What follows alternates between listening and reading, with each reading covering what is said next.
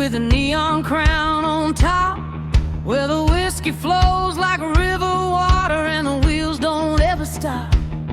There's a card room in the basement, there's a dance floor upstairs, and if you need a little something, you can find it almost anywhere. They call it the Palace, everybody knows the name. If you walk in looking innocent, you won't walk out quite the same.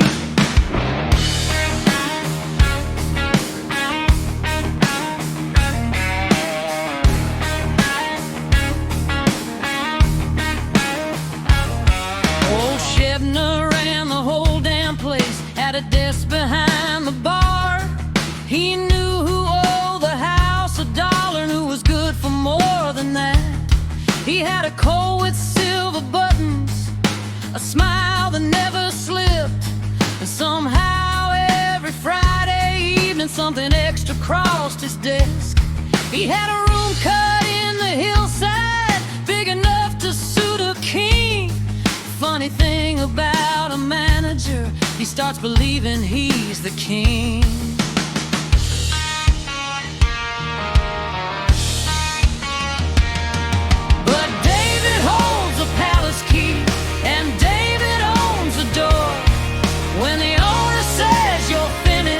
You don't run the place no more. He can open, he can shut, he can let you in or out. You can talk about your title. David's the one who calls it.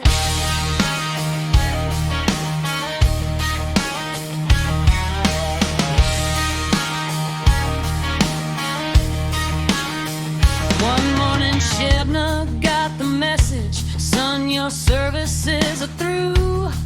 No ceremony, no handshake, no, it's been good knowing you. Take that coat off, lose the office, leave a house and leave the hill. You were hard to mind the palace, you forgot what mine means still. He stood there staring at the doorway like a man who'd lost his name. You'd be surprised how fast a palace turns into a little game. Then David called a quieter man, didn't look like much to me. No diamonds on his fingers, no velvet on his sleeve. He said, Elia, come closer, I got something here for you. Then he took that old man's mantle and put it on him new. Gave him the sash across his shoulder, put the palace in his hand.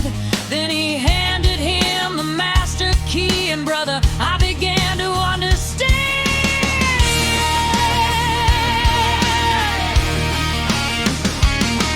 'Cause David holds the palace key, and David owns the door. When the owner says you're finished, you don't run the place no more. He can open, he can shut, he can let you in or out. You can talk about your title. David's the one who calls it.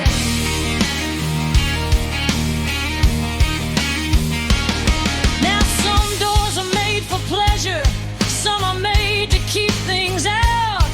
Some are open for the lonely, some are better left without. But there's one key that matters when the night is getting late. The man who holds the master's key decides who comes through the gate.